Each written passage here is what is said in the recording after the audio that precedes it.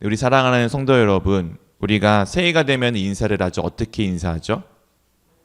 네, 새해 복 많이 받으세요라고 인사를 하죠. 우리나라는 참 좋은 나라입니다. 아십니까? 왜냐하면은 이 새해 복 많이 받으세요를 1년에 2번이나 할 수 있기 때문입니다. 설날과 그리고 설 명절에 걸쳐서 2번 할 수 있습니다. 그래서 우리가 때로는 인사를 이제 1월 1일에 놓칠 때가 있잖아요. 누군가에게 인사를 놓쳐도 좋습니다. 조금 기다리면은 또 설 명절이 다가와서 한 번 더 인사를 할 수 있기 때문입니다. 그리고 더 좋은 것은 서로에게 복을 빌어주는 것을 한 번이 아니라 2번씩이나, 다른 나라에 비해 2배나 할 수 있는 것이 얼마나 복된 일인지 모르겠습니다. 우리가 복이라는 것은 누구나 좋아하고 기뻐하지 않습니까? 심지어 믿는 사람들에게 함께 나누는 복도 좋지만 믿지 않는 사람들에게 복에 대해서 기원을 헤어 주어도 참 좋아합니다. 그래서 세상 사람들에게 내가 너를 위해서 기도하여 줄게, 내가 너를 위해서 하나님께 복받도록 기도하여 줄게, 이렇게 하는 것을 싫어하시는 분들은 별로 많이 없습니다. 그냥 저주하여 줄게 이러면은 엄청 싫어하겠죠? 근데 복에 대해서는 그렇게 거부하는 분들이 많이 없습니다. 근데 이 복이라는 것이 무엇일까요? 이 복은 도대체 어떤 것이 복일까요? 우리가 그것을 한번 생각하며 나아갔으면 좋겠습니다. 신명기는 우리가 알고 있다시피 이스라엘 백성들이 지금 하나님의 약속하신 땅인 가나안 땅 눈앞에 두고 그 가나안 땅에 들어갈 세대에게 모세를 통하여서 말씀하여 주시는 하나님의 말씀입니다. 그들이 가나안 땅에서 어떻게 살아가야 하는지를 말씀하여 주시는데 이 신명기의 또한 중요한 주제 중 하나가 복과 저주입니다. 신명기에는 계속해서 하나님의 말씀을 듣고 따르고 행하라 라고 말씀하시고, 그러면 너가 복을 받을 것인데 그렇지 않으면 저주를 받을 것이야 라고 하는 마치 공식과도 같은 내용들을 계속 우리 가운데 말씀하여 주고 있습니다. 우리가 근데 이 공식을 좀 내 삶에 되게 많이 대입을 시켜서 야, 이건 이렇게 해야 돼, 저건 저렇게 해야 돼 라고 생각하며 복에 대한 개념들을 오늘의 이 신명기에서 설명하듯 단순한 그 개념으로 많이 받아들일 때가 있습니다. 오늘 말씀을 통해 진정 하나님께서 말씀하시고자 하는 복은 무엇인지, 저주는 무엇인지를 우리가 함께 살펴보기를 원합니다. 우리 사랑하는 성도 여러분, 지난주 주일 직분자 교육 때 혹시 예배에 대해서 설명드렸는데 기억나십니까? 네, 예배한 다음 정의를 제가 이렇게 내려드렸습니다. 존경받을 만한, 존중받을 만한 존재이신 하나님에게 순종하는 삶을 사는 것. 예배가 무엇이냐면은 하나님의 말씀에 하나님께 순종하여 삶을 살아내는 것이다라고 제가 이제 정의를 내려드렸습니다. 물론 이 정의가 꼭 맞는 것은 아니지만 우리가 또 우리 가운데 그렇게 여기며 살아갔으면 좋겠습니다. 오늘 그 마치 삶을 살아내는 것이 무엇인지 이 신명기 11장 18절부터 20절 가운데 우리 가운데 이렇게 말씀하여 주고 있습니다. 우리 한 절씩 번갈아 가면서 읽어보도록 하겠습니다. 이러므로 너희는 나의 이 말을 너희의 마음과 뜻에 두고 또 그것을 너희의 손목에 매어 기호를 삼고 너희 미간에 붙여 표를 삼으며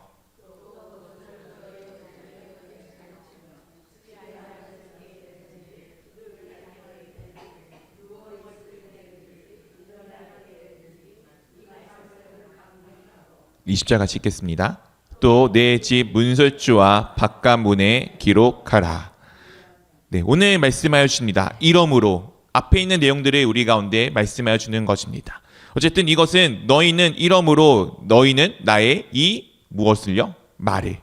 나의 이 말을 너희 마음과 뜻에 두고 또 그것을 어떻게 하라고요? 너희 손목에 매어서 기호로 삼고 미간에 붙여서 표로 삼으라고 합니다. 그래서 유대인들 중에 보면은 여기에 말씀 카드를 넣어놓고 여기도 붙이고 다니는 사람들이 있어요, 실제로. 근데 아시죠? 손목에 있으면 우리가 어떻게 됩니까? 계속 눈에 보이게 되어져 있습니다.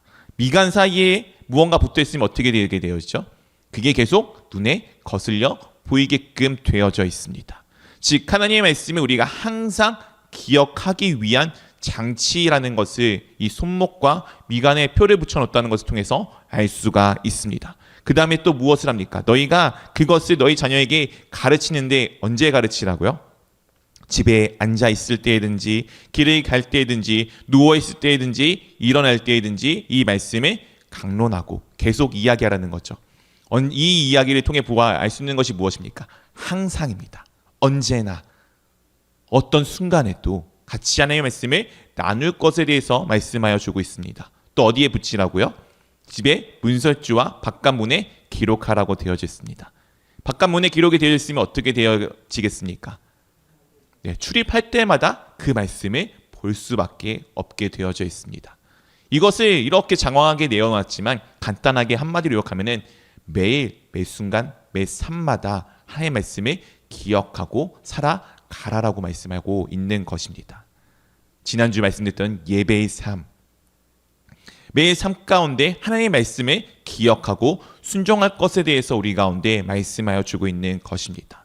신명기에서 중요한 하나님의 말씀을 들으라는 것은 어떠한 하나의 순간, 어떠한 상황에 들으라는 것이 아니라 일상생활에서 매일의 삶 가운데 우리의 평범한 매일의 그 돌아가는 쳇바퀴와 같은 삶 가운데서도 언제나 주님의 말씀을 듣고 순종할 것에 대해서 말씀하여 주고 있습니다. 그렇게 되면은 우리에게 이와 같은 일이 있을 것을 말씀하여 주고 있습니다. 21절 말씀 같이 읽어보도록 하겠습니다. 그리하면 주리라고 맹세하신 땅에서 너희의 날과 너희 자녀의 날이 많아져서 하늘이 땅을 덮는 날과 같으리라. 오늘 말씀해 주는 것이 무엇이냐? 너희와 너희 자녀들의 날이 많아져서 라고 이제 마치 오랫동안 살 것에 대해서 말씀해 주는 것처럼 보입니다. 근데 그 다음에 그 앞에 하나님께서 무엇이라 말씀하시죠? 내가 너희 조상들에게 주리라고 맹세한 땅에서. 신명기의 중요한 주제 하나 중에 하나는 또 땅입니다. 사실 창세기부터 이 신명기까지 모든 것은 이 땅과 관련되어 있는 내용들을 이야기하고 있습니다. 하나님께서 세상 천지를 만드시고 마지막 날에 사람을 만드셨죠. 사람을 만드실 때 무엇으로 만드셨죠? 네, 흙으로 만드셨습니다. 이 흙은 땅의 중요한 구성 요소이죠. 그리고 우리 아담이 죄를 범하고서 어떻게 말씀하시죠? 너가 흙으로 지음받았으니 흙으로 땅으로 돌아갈 것에 대해서 말씀하셨습니다. 그리고 오늘 계속해서 하나님께서 아브라함에게부터 지금까지 하신 약속 중에 수많은 약속은 땅에 대해서 약속을 하고 있습니다. 우리 모두 다 땅 좋아하지 않으십니까? 부동산 한국인들이 얼마나 좋아합니까? 네. 이 세상의 땅도 참 우리가 귀하게 여기는데 이 하나님이 말씀하시는 이 땅도 마치 그런 개념일까요? 우리가 조금 더 말씀을 통해서 우리가 살펴보기를 원합니다. 어쨌든 하나님께서 이 땅에 대해서 이렇게 우리 가운데 약속하여 주십니다. 24절부터 25절 우리 한 절씩 번갈아 가면서 읽어보도록 하겠습니다. 너희의 발바닥으로 밟는 곳은 다 너희의 소유가 되리니 너희의 경계는 곧 광야에서부터 레바논까지와 유브라데 강에서부터 서해까지라.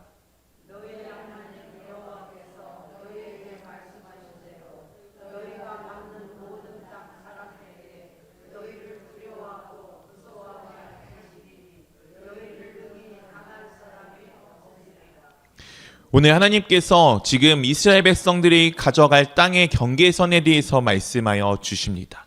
우리가 흔히 알고 있는 가나안이라고 불려지는 땅입니다. 지금 이 시대에 이스라엘 지역과 지금 팔레스타인이 한참 분쟁을 벌이고 있는 그 땅의 그 지역을 말씀하여 주고 있는 것입니다. 지금 신명기는 누구에게 기록하여 주는 말씀이라고요? 첫 번째 대상이 출애굽한 다음 세대, 지금 가나안 땅에 들어가기 위해서 우리가 흔히 출애굽 2세대라고 불려지는 세대에게 전하여 주는 하나님의 말씀입니다. 우리가 아까 보았듯 이 모세오경에서 출애굽기부터 신명기까지 내용은 무엇입니까? 애굽에서 나와서 가나안 땅으로 들어가는 내용입니다. 애굽과 가나안 이 두 가지 땅이 서로가 비교되어지면서 이 두 가지 차이를 우리 가운데 말씀해 주는 것이 이 신명기 그리고 모세오경의 주제이며 하나님의 나라를 우리 가운데 보여주는 것입니다. 애굽 땅과 가나안 땅을 하나님께서 비교하여 우리 가운데 말씀하여 주고 계십니다. 그렇게 이 땅은 그냥 우리가 눈에 보이는 땅에 대한 개념을 넘어서서 하나님의 나라와 연관성이 있음을 우리 가운데 보여주는 것입니다. 애굽에서부터 가나안까지 애굽과 가나안의 차이를 우리 가운데 이와 같이 말씀하여 주십니다. 애굽에 대해서 이 신명기 11장 10절에 이렇게 우리 가운데 말씀하여 주십니다. 내가 들어가 차지하려는 땅은 내가 나온 애굽 땅과 같이 아니하니 거기에서는 너희가 파종한 후에 발로 물대기를 채소밭에 댐과 같이 하였거니와 라고 되어져 있습니다. 이 내용이 잘 이해가 안 되죠. 그래서 제가 쉬운 성경을 가져왔습니다. 쉬운 성경 보면 조금 더 잘 이해되는데 우리 한번 같이 읽어보도록 하겠습니다. 여러분이 차지할 땅은 여러분이 살았던 이집트와 같지 않소. 이집트에서는 채소밭에 씨를 심고 물을 주느라 발을 많이 움직였소. 이것이 이런 겁니다. 애굽에 살 때는 무언가 채소를 기르려고 이제 씨앗을 심잖아요. 그러면 그 물을 계속 대기 위해서 댐 같은 것들을 만들어서 물을 가두어 놓아야 할 필요가 있었습니다. 이 댐을 만드는 수고가 필요했어요. 농사를 짓기 위해서 그냥 가만히 있으면 되는 것이 아니라 물을 대어주기 위해서 끊임없이 간개수를 해야 될 수밖에 그 수많은 노력들이 필요한 것이 애굽 땅의 상징입니다. 즉 애굽은 나의 노력이 있어야지 무언가 소득을 얻고 나의 노력이 있어야지 무언가를 가져갈 수 있는 삶을 의미하게 됩니다. 그런데 지금 하나님께서 말씀하시는 가나안 땅은 그런 나의 노력으로 인한 소득을 얻는 땅과는 조금 다른 것임을 이렇게 말씀하여 주십니다. 11절 12절 말씀 우리 한 절씩 번갈아 가면서 읽겠습니다. 너희가 건너가서 차지할 땅은 산과 골짜기가 있어서 하늘에서 내리는 비를 흡수하는 땅이요.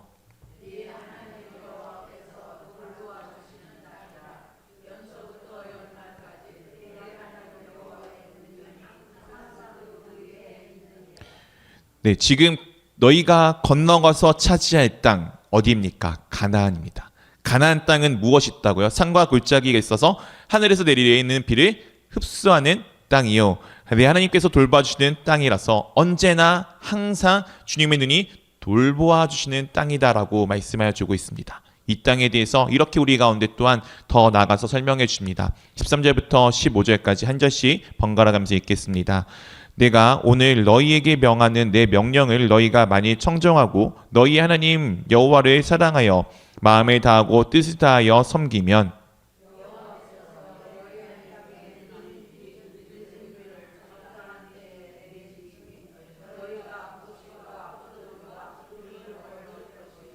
네, 15절 같이 읽겠습니다. 또 가축을 위하여 들에 풀이 나게 하시리니 내가 먹고 배부를 것이라.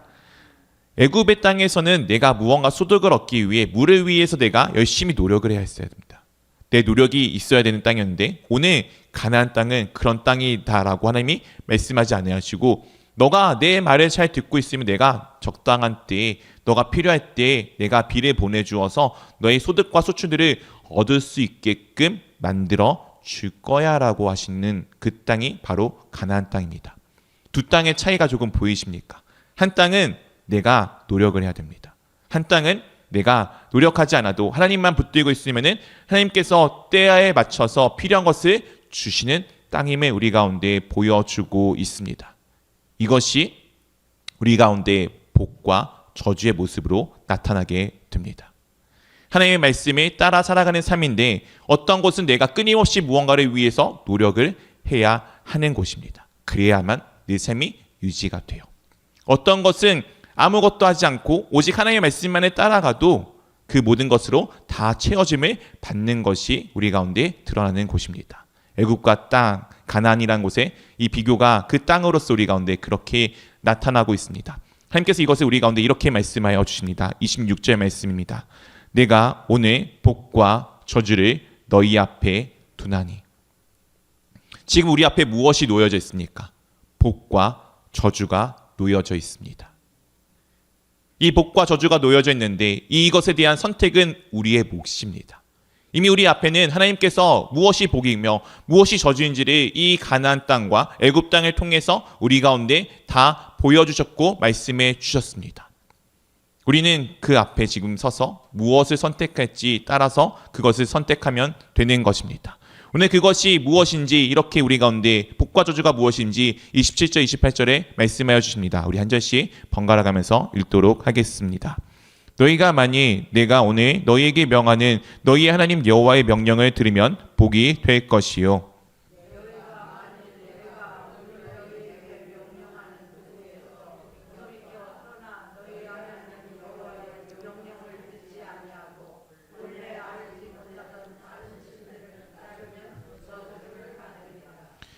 신명기의 이후에 계속 나오는 정말 우리가 신명기 사관이라고 불려지는 복과 저주의 내용입니다. 하나님의 말씀에 순종하면 복, 그렇지 않으면 저주. 이 내용을 우리 가운데 말씀하여 주고 있는 것입니다. 찬송자 여러분, 우리는 누구도 저주를 받기를 원치 않습니다. 맞으시죠? 우리는 언제나 복된 삶을 살아가기를 원하고 있습니다. 근데 우리의 그 복된 기준이 우리에게 참 많은 오해가 있을 때가 있습니다. 우리가 복이라는 것은 무언가 풍족하여지고 무언가 많아지고 내 삶이 좀 평안해지고 이 세상에 수많은 것들을 마음껏 누리는 것이 복이다라고 여길 때가 있습니다.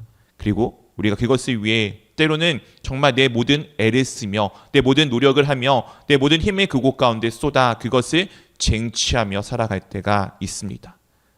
근데 그것이 누가 볼 때는 그것이 진짜 참된 복된 일이기도 합니다. 그런데 하나님께서 우리 가운데 말씀해 주시는 복은 무엇입니까? 우리가 그 내용들을 에덴 동산에 하나님께서 처음으로 아담을 만드시고 그에게 하셨던 일들을 통해서 우리가 알 수가 있습니다. 하나님께서 아담을 만드시고 그에게 복을 주시면서 그에게 처음 하셨던 것이 무엇입니까? 바로 15절에 이렇게 우리 가운데 말씀해 주고 있습니다. 창세기 2장 15절 말씀입니다. 우리 한번 같이 읽어보도록 하겠습니다. 여호와 그의 사람을 이끌어 에덴 동산에 두어 그것을 경작하며 지키게 하시고 여호와 하나님께서 그 사람 처음 만드신 그 아담을 하나님이 만드신 에덴 동산에 두어서 무엇을 하게 하셨나요? 그것을 경작하게 하며 지키게 하셨습니다. 경작하고 지키다라는 단어만 놓고 보면은 야, 그의 삶이 참 정말 힘들었겠구나라고 생각이 들지 않습니까? 이 경작하다는 것은 봉사하다, 섬기다라는 의미를 가지고 있습니다. 그가 이 에덴 동산을 하나님께서 만드신 이곳을 위해서 봉사하고 섬기는 일 얼마나 고되고 힘들었을까라고 생각이 들지 않습니까? 그런데 하나님께서 이 경작하고 지키는 일을 이와 같은 일로 맡겨 주십니다. 16절부터 17절까지 우리 한 절씩 번갈아 가면서 읽겠습니다.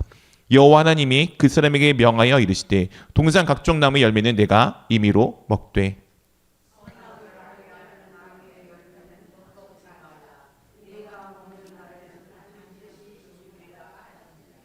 지금 하나님께서 아담을 에덴 동산에 두시고 너가 그것을 경작하고 지켜 내가 만든 그것을 위해서 너가 열심히 섬기고 지켜라고 하신 다음에 무엇을 맡기시냐면은 내가 동산 각종 나무의 열매는 네가 마음대로 먹어.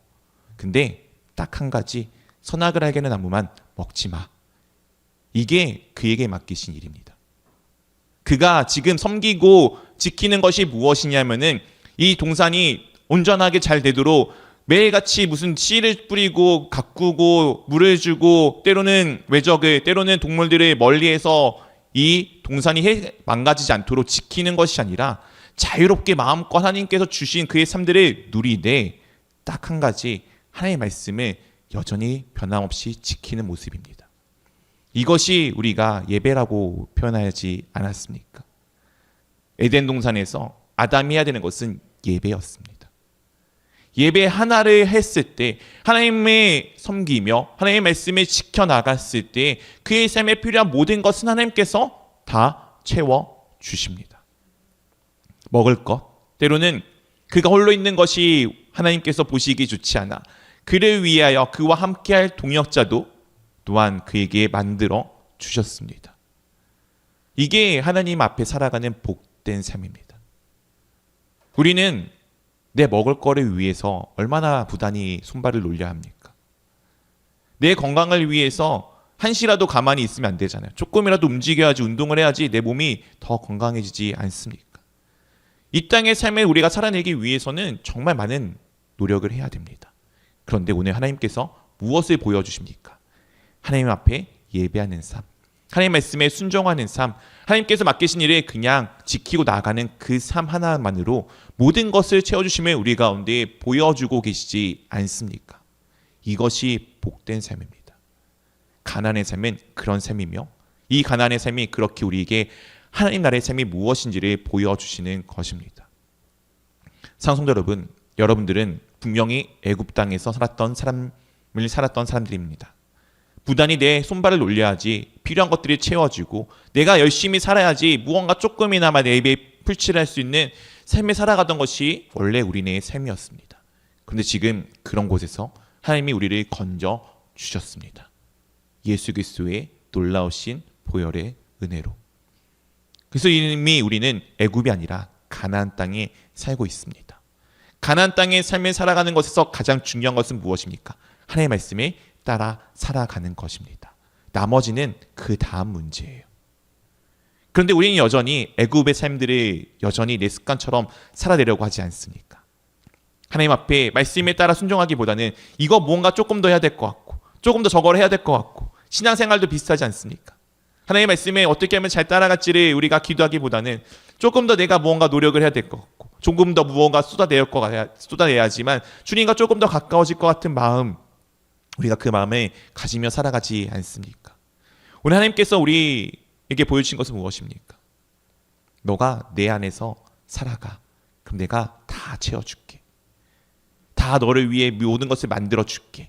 너는 그냥 내 안에서 살아가고 내 말씀만 따라가고 나만 예배하면 돼. 우리가 그 삶을 경험해 나가기를 원합니다. 오늘 아담이 그 삶을 놓치자 그에게 어떤 일이 일어나게 되었습니까? 창세기 3장 17절에 이렇게 우리 가운데 말씀하여 주고 있습니다. 우리 한번 같이 읽어보도록 하겠습니다. 아담에게 이르시되 내가 내 아내의 말을 듣고 내가 내게 먹지 말라 한 나무의 열매를 먹었은즉 땅은 너로 말미암아 저주를 받고 너는 평생에 수고하여야 그 수산을 먹으리라. 아담이 하나님께 범죄하였습니다. 왜 범죄하였습니까? 하나님의 말씀이 아닌 여자의 말을 들었기 때문입니다. 오해하지 마십시오. 여자의 말을 듣지 말라는 것이 아닙니다. 하나님의 말씀이 아닌 다른 어떠한 존재의 이야기에 더 귀를 기울였습니다. 하나님의 말씀에 순종하는 것보다 다른 논리를 더 따라갔습니다. 그러자 그가 어떻게 되었습니까? 그가 땅에 그로 말미암아 땅이 저주를 받고 그도 그 저주 가운데 놓여져 열심히 수고를 해야지만 무언가를 얻어내는 소득을 가져가는 삶이 되었습니다. 이게 저주받은 삶이에요. 하나님과 함께하는 삶에는 아무것도 없는 것 같은데 모든 게 있습니다. 저주받은 삶은 내가 노력할 때마다 무언가 얻어가는 것 같죠. 재밌죠. 즐겁죠. 그런데 그 끝은 아무것도 없는 허망한 삶이 되어지게 됩니다. 분명히 하나님께서 말씀하시지 않았습니까? 너는 흙이니 흙으로 돌아갈 것이라. 우리 사랑하는 성도 여러분, 복된 삶을 누리고 계십니까? 여러분 삶 가운데 예배를 놓치지 않고 계십니까? 예배가 무엇을 나한테 해줄 수 있는데요? 네, 그 예배가 무엇을 해줄 수 있는지 저를 보시면 아실 수 있지 않습니까? 목사가 얼마나 좋은지 모릅니다. 예배 마음껏 드리고 기도 마음껏 하고 하나님 말씀 마음껏 보는데 놀랍게도 하나님께서 모든 것을 다 채워주세요. 세상에 나가면은 저는 능력 있는 사람이 아닐 수 있습니다. 그런데 주님 안에 있으니 저는 모든 것을 할 수 있는 사람이 되었습니다. 여러분 삶들도 똑같지 않습니까? 우리가 그 복된 삶을 마음껏 누리기 원합니다. 주님 안에 살아가는 삶, 주님을 예배하는 삶, 그것이 하나님의 나라의 삶이며 그 하나님의 나라의 삶을 살아간다면 내 노력이 아니라 내 수고가 아니더라도 하나님께서 나의 필요한 모든 것을 채우시고 더해주심을 경험하는 삶들이 될 것입니다. 오늘도 그렇기에 주님의 말씀에 순종함을 놓치지 않는, 주님의 말씀을 따라가는 삶을 놓치지 않는, 하나님의 말씀과 동시에 똑같이 살아가는 삶이 되어지는 예배의 삶들을 살아가기를 주님의 이름으로 축원드립니다.